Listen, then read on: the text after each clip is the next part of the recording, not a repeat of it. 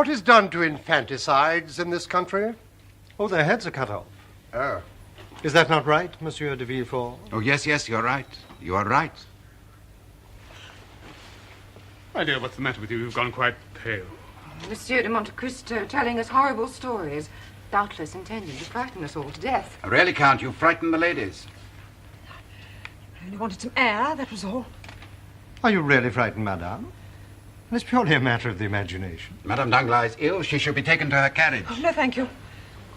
I've quite recovered. I'm sorry to have behaved so foolishly. Oh, but the blame is entirely mine, madame.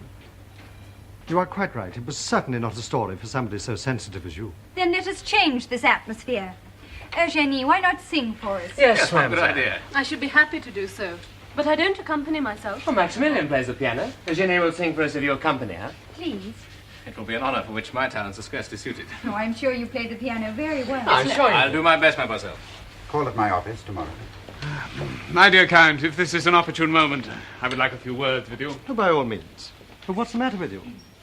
You look quite careworn. Really, sir, you alarm me. Is it a matter of business you wish to speak of? Well, let's call it that. Shall we go into the conservatory? I rather expected to see the Morcerfs here tonight. Well, I had intended to invite them, but they're taking the waters of Vichy for a few days. But tell me, Monsieur le Baron, is it true that you have suffered some financial reverse? I? The devil.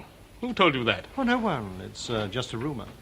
Do you want money? Do you wish me to lend you some? Oh, that's extremely civil of you. Very generous indeed. But I'm far from being in trouble. It's extraordinary how these rumors get about.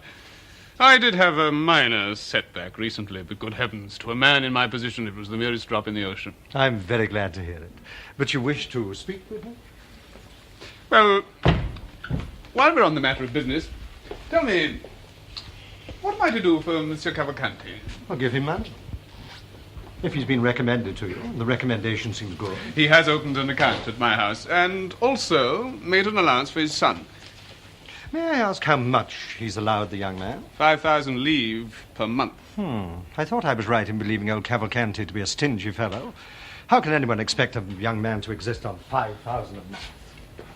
You understand that if the young man should want a few thousand more... Don't advance it. The father will never repay it. You don't know these multimillionaires. They're regular misers. Would you not trust the Cavalcanti? I? Oh, I'd advance him 6 million on his signature. Do you know, I should never have taken him for anything more than a mere major. The first time I set eyes on him, he appeared to me like a very old lieutenant. The young man is better. A little nervous, perhaps, but on the whole, tolerable. I believe these Italians of rank marry among themselves, do they not? They like to unite their fortunes. Yes, it is usual, most certainly. But Cavalcanti is an original. He does nothing like other people. You know, I believe that he's brought his son to France to choose a wife. Do you think so? Oh, I'm sure of it. Have you heard his fortune mentioned? Well, people talk of nothing else, only some say that he has millions and others that he hasn't got a farthing. Well, what is your opinion? I believe the good man to be very close. You do not flatter him? I scarcely know him. I've only met him 3 times in my entire life. Well, accept my thanks for the client you have sent me. By the by, when these kind of people marry their sons, do they give them any fortune? Do you wish to marry the young man yourself, since you're asking so many questions? It would not be a bad speculation, I fancy. You're not thinking of Mademoiselle Danglars, I hope. And you don't want to see poor Andrea's throat cut by Albert, who is, after all, engaged to your daughter, I believe. Certainly, le Comte de Morcerf and I have talked about this marriage. Yes, it would certainly be a triumph to unite a fortune like yours with the wealth of the Cavalcantis. But Albert's father might prove rather awkward. And after all, the name of de Morcerf must be equally ancient as that of Cavalcanti. Now, I can't see him yielding to an Italian. My dear Count, can there really be some point on which you are not informed? Why, very easily. Then let me hasten to enlighten you. Morcerf's origins are even more humble than my own. I may not be a baron by birth, but my real name is at least Danglars. Do you mean to say that his isn't Morcerf? Indeed, it is not. When I was a poor clerk in Marseille, he was an even poorer fisherman. A fisherman? Is that possible? Well, what was he called then? Fernand Mondego. Fernand Mondego. I've heard that name before somewhere. In Greece. No, it cannot be the same man. Oh, why not? Fernand was in Greece. No. The man I'm thinking of was Instructor General to Ali Pasha. That was Fernand. You astound me, Monsieur le Baron. Something you know. Something I cannot repeat. There was a mystery linked with the affairs of Ali Pasha. I beg you, my dear Count, if this information is discreditable to Morcerf, tell me what it is. For my poor daughter's sake. You place me in a very difficult position. Have you an agent in Greece? Naturally. Very well. If it concerns you so much, I can only give you this advice. Write to your agent and tell him to go to Yanina. Ask him to find out what part Fernand Mondego played in the catastrophe of Ali Tebelin.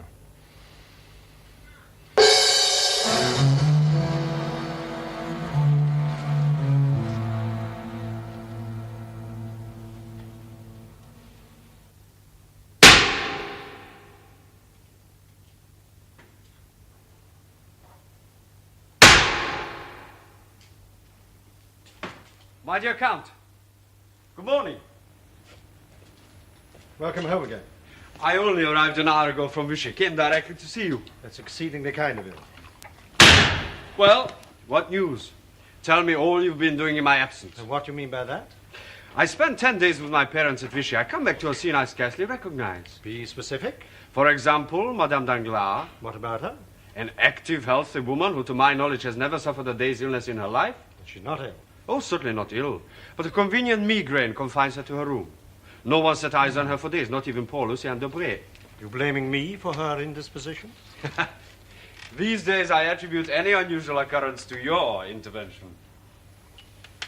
I see you as a kind of a grand puppet master. You pull the strings, we dance. Any evidence for this remarkable theory? No, none at all. Except before you arrived in Paris, life was more or less predictable. Now it no longer is. Things happen. Like Madame Danglars' migraine? A small thing in itself, but it's part of the pattern.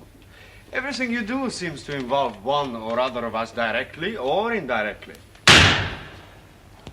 And then your house at Auteuil.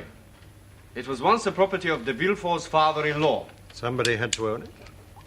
Of course. And of all people, that somebody had to be poor old Saint-Mérin. Oh, never mind. You put it at the disposal of an Italian millionaire and his son. Hey, presto! My prospects of marrying the lovely Eugenie seem to vanish into thin air.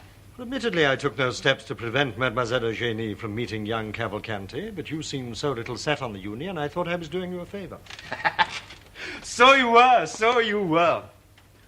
To be married to Mademoiselle Danglars would have been dreadful. Albert, you are very difficult to please. So I am, for I wish for what is impossible. And what's that? To find such a wife as my father did. Your father was fortunate then? You know my opinion of my mother, Count. Just look at her, still so beautiful. What happened was pure chance. There's no such thing as chance. Of course it was chance that Monte Cristo bought the house in Auteuil. And chance that the gardener found... No, nothing was found. No skeleton. It must have been. I dug the grave. I was about to bury the body when the madman attacked and nearly killed me. 6 months later, when I recovered, you had gone. I dare not inquire after you. Then I heard that you had married Monsieur Danglars. The memory of that half-filled grave was always with me. I went secretly to Auteuil. Night after night I went there, armed with a lantern and spade, till at length I dug over the whole area of the garden. There was nothing there. I think that the man who attacked me thought that I was burying treasure. I don't understand you. Well, he would hardly have made off with the corpse of a newly born infant unless he wished to report it to the police. No report was made to them. What do you say?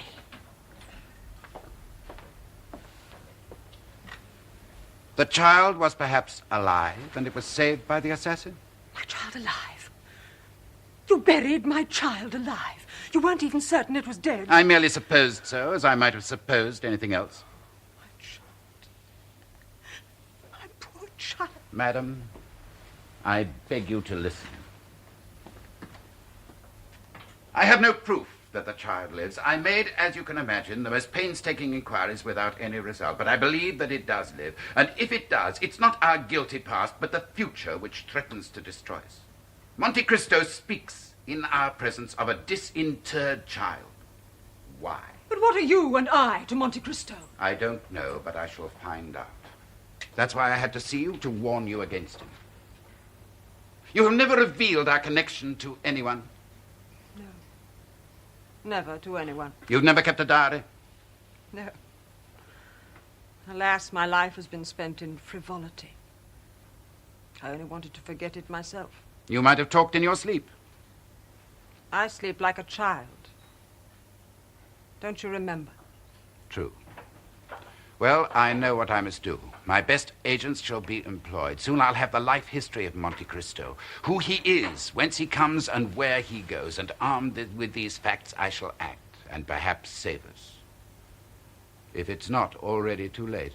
Will you promise to keep me informed? Have no fear on that score. I believe that I am less afraid than you are.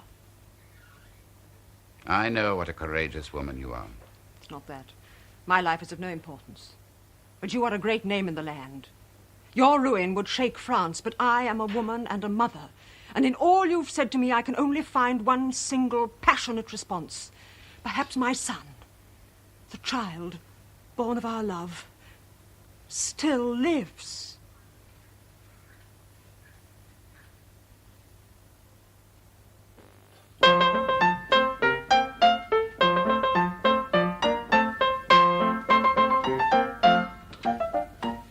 Bravo, bravo, bravo. Have you no regrets? Regrets? Oh, no. I feel free as air for the first time in months. Albert, your lack of gallantry is quite shocking. I'm honest, that's all, and Eugenie feels just as I do.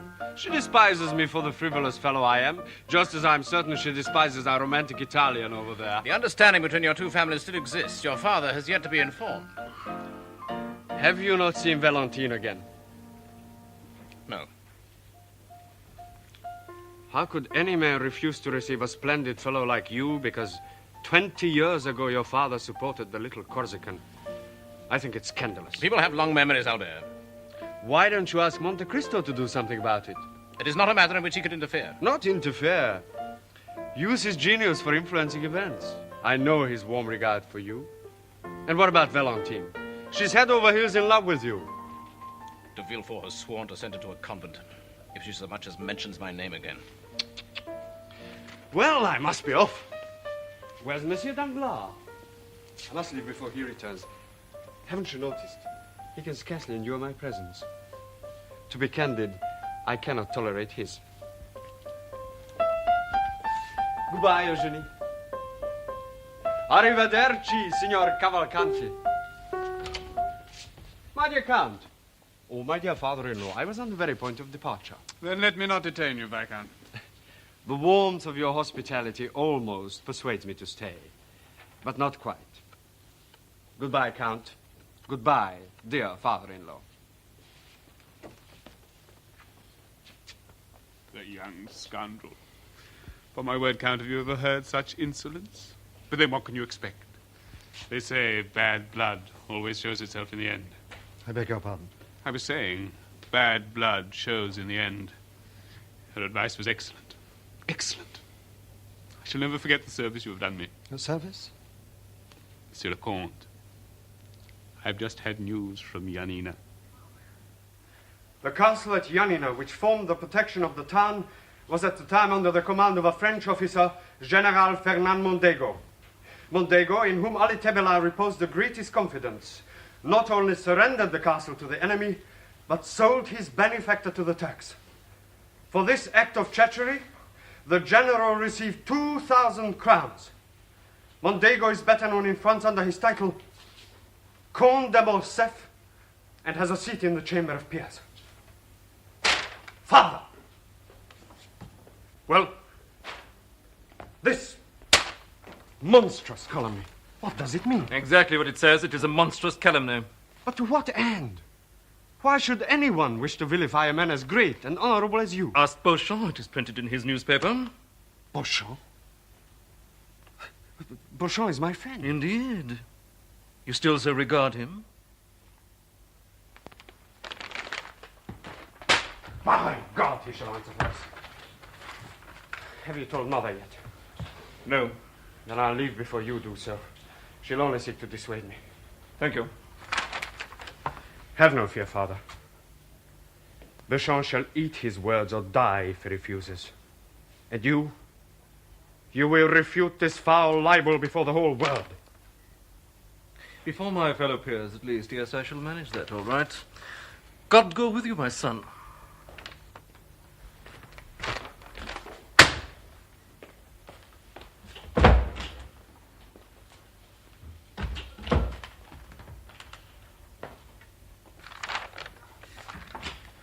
Where was Albert going in such a hurry? He hardly greeted me. The boy's upset. Was that why you wanted to see me? Partly there are two reasons. This morning I received this letter from Baron Danglars. He no longer wishes his daughter to marry our son. You astonish me. I thought his heart was as much set upon the match as yours. That is no longer the case. You have known my feelings all along, Fernand. I have never sought to hide them.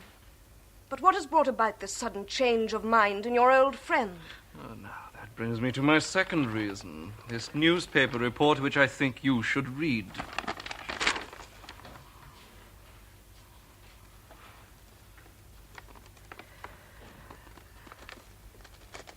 Very well, if you will not sit, you must stand. Be cool, my dear fellow. I am perfectly cool. And will you first hear me out? Naturally, since I'm here for your explanation. Very well. Listen carefully to what I have to say, for there is more to this affair than you may suppose. A month ago, Baron Danglars called at this office. Danglars? Yes. It was he who gave me the report which you read in my paper this morning. Never! I swear to you that he did. What did you do? I laughed in his face. I told him it was a malicious pack of lies, and that as the editor of a responsible paper, I would have nothing to do with it. Go on. He insisted that it was true, and told me flatly that if I didn't publish it, there were plenty of other papers that would be glad to do so. I was in a difficult position, Albert. I could see that he meant what he said, and I knew the damage which such a report, even though it were false, could do to a man in your father's position. In the end, I bargained with him. Bargained with him? Yes, I bargained for time. I asked him to give me a month, and unwillingly he agreed. But why? What did you hope to achieve? I hoped to prove that the report was false. Do you know why you haven't seen me for the past 3 weeks? No, I simply heard you were away. So I was. I went to Janina. A week to get there, another to return. 4 days in quarantine. 48 hours to stay there. If you don't believe me, there's my passport.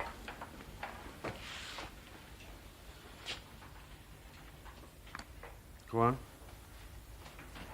I'm sorry, Albert. The report is true. It's accurate in every detail. Liar!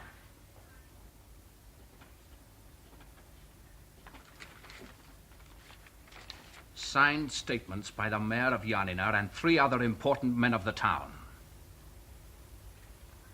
You were my friend. You made it public knowledge without a word of warning. I had no choice. I had made my bargain, and when I reached Paris last night, Danglars was waiting for his pound of flesh. Who honors bargains with a man like that? I honor the truth, Albert. That is my task as a journalist. And the obligations of friendship, they mean nothing, I suppose. My regard for you is unchanged. But you know as well as I do that I could not on that account conceal your father's crime. Oh. What will happen, Bishop? The Conde de Morcerf will have to answer to his fellow peers. Who knows, they may acquit him. Will you give evidence? No. My job is done. I have published a report in good faith. No one but you knows that I have a deeper knowledge. But there is one question you've not asked, Albert. What's that? Who told Danglars how he might come by this information? You know the answer. Yes, Danglars gave it to me himself. Well? It was your friend, Monte Cristo.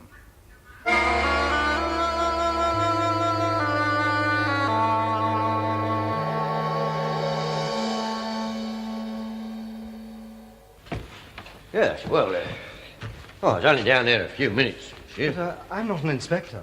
Oh, I see. It's not often I have visitors. Oh, you surprise me. I should have thought most people would have been interested in telegraphy. Maybe. There's not many interested in climbing all them steps. 450 odd. Yeah. It's quite a long way. Still, it's well worth it when you get up here. All the same, don't you find life rather tedious? Oh, I get used to it. And, of course, there's holidays sometimes. Holidays? When there's a fog. Oh, yes, I see. And what do you do on your holidays? Ah, well, there's my patch of garden down there at the foot of the tower. That's where I'm most happy. Hear me bit of garden. Of course, the soil's not much, very poor. Doesn't yield much. But then there's always something to do. Weeding, planting, pruning, killing insects, and dormice. Ooh, they're the worst of the lot. They eat half the fruit. Do you know that the ancient Romans used to eat dormice preserved in honey? The ancient Romans used to eat dormice, Yes. It was a great delicacy. Oh, I don't think I like that. How old are you? Oh, 55. How long have you been here? 15 years. How long do you have to serve before you get a pension? 25 years. And how much is the pension? 100 crowns. Poor humanity. What's that, monsieur? Do you understand all the signals you receive? Oh, no. They're in code. I just pass them on. But these signals here are addressed to you. Do you understand them? Ah, now these I do. They're all the same, see? Nothing new, nothing new. You have an hour, nothing new. That seems simple enough. Yeah. Isn't that your colleague over there signalling to you now?